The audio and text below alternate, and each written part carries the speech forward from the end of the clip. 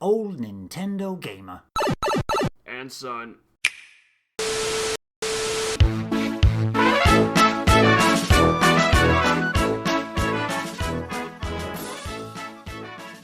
Nick, you've been hitting the fairways this week. I have. Well, actually, only yesterday. I wasn't feeling too good yesterday. I was feeling a little bit under the weather, thanks to Friday night escapades. And I sat in my pajamas and played PGA Tour 2K21 for 6 hours. And it is absolutely fantastic. It's so good. When I first started playing it, I got it about a month ago, and I started playing it about a couple of weeks ago, and it was instantly clear that the actual control system in the game is really good. There's a lot of stuff you can do. You have a lot of control over it, like how hard you hit the ball, where you hit the ball, how much spin you put on the ball. And basically, I just spent most of yesterday sort of really getting used to that system and understanding it and making some unbelievable shots. And it is because, of how you refine. Do you want the ball to have a little bit of topspin on it and stuff like that? You can really place it exactly where you want.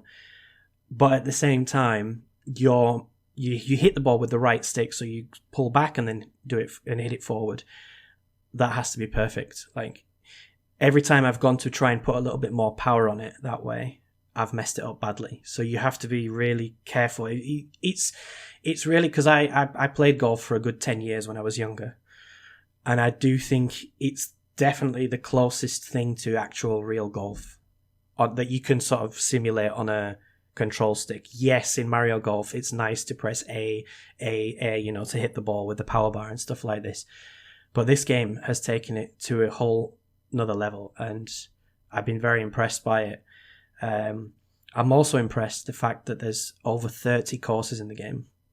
Official courses. There's an amazing amount of content. But then I realised that you can create your own courses and upload them to the marketplace. So just going by 5-star rated courses, like from the community, there's well over 100 courses you can play through. So just an unbelievable amount of content. And I've tried a couple of the custom courses that other people have created, and they're not quite up to the same standard as the regular courses. I mean, some of them, there's one in Dubai which is like really well done. You got the city in the background, and it's kind of in the desert a little bit, but everything's really green.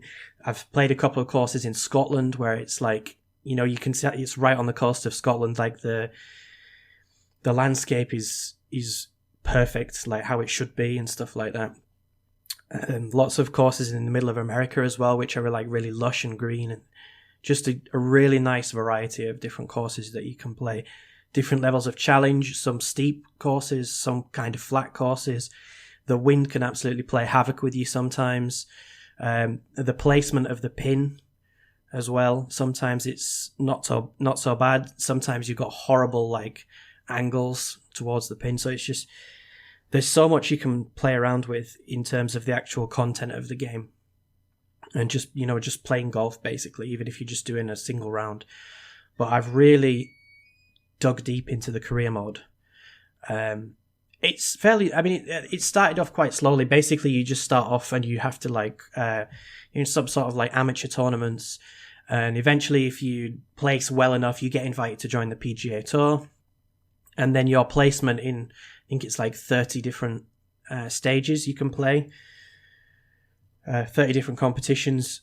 Depends on how well you do over the whole season. I think that's when you get invited to the sort of PGA Championship at the end, which is the major tournament. And I won my first one.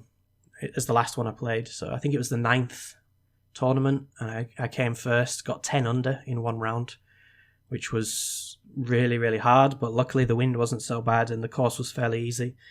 You can also adjust like the skill level of the other players. You can adjust the deviation of the other players as well. So like you can say, okay, everybody's going to be hard, but there's going to be 1, 2, or 3 guys that are just going to be extra hard. So, to make it even more difficult to win the tournament, you can like really push up the difficulty of the best players. And you can also change how many rounds you do in each tournament. So I've been doing 1 and 2. So instead of just having like one round, you can have a second day. You can do up to 4, so you basically use your total score over 4 days.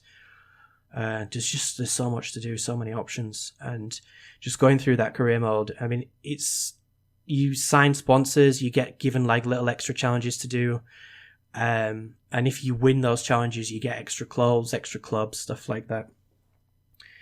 So it's definitely the most realistic golf game I've ever played, and I think it does a really good job of sort of simulating what I would expect that sort of golf career mode would be.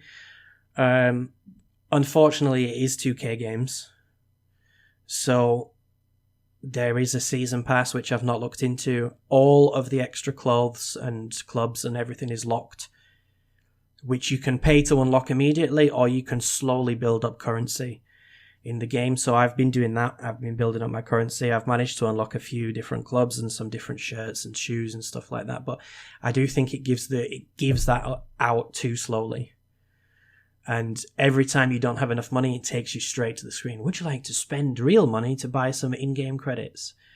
So that's not very nice. That's pretty annoying. But I saw it had a 77 on Metacritic, and my first sort of 7-8 hours of playing it, for me, it's right up there with some of the best golf games I've ever played.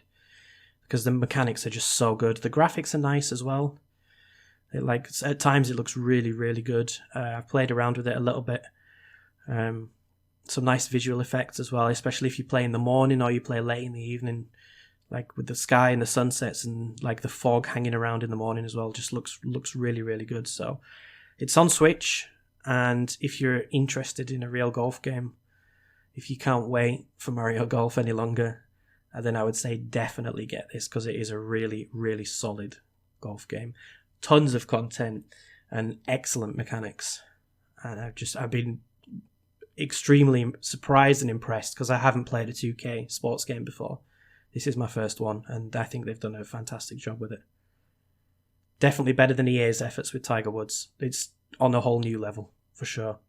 2K normally do good sports games. It's just like you say, the microtransaction. I wonder why it's rated so low. Is it Metacritic getting, what do you say, 77? Is it because of the microtransaction stuff? Which I would imagine, I would imagine that would be the main reason why it got a slightly lower score. Because I think if you just look at the sort of number of courses, the amount of content, and the mechanics on their own, without any of that other stuff, for me it's easily a 9.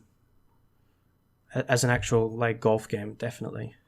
Because the basketball game runs, even on Switch, runs really well. As a simulator of basketball, it's supposed to be very, very impressive, but then that doesn't get higher than 75, 77. Because of the microtransactions. Because of the microtransactions, yeah. I should imagine it's a similar thing. And if anybody is interested in that, a couple of the boys from our Discord and the forums have said the Switch version is very good as well. Yeah, it's solid. Thanks for watching, and don't forget to hit the subscribe button and give us a like if you've enjoyed our content. You can also check out our other great content on Twitter, Facebook, Instagram, and the N-E Café podcast from all good podcast providers. Just follow the links in the description below.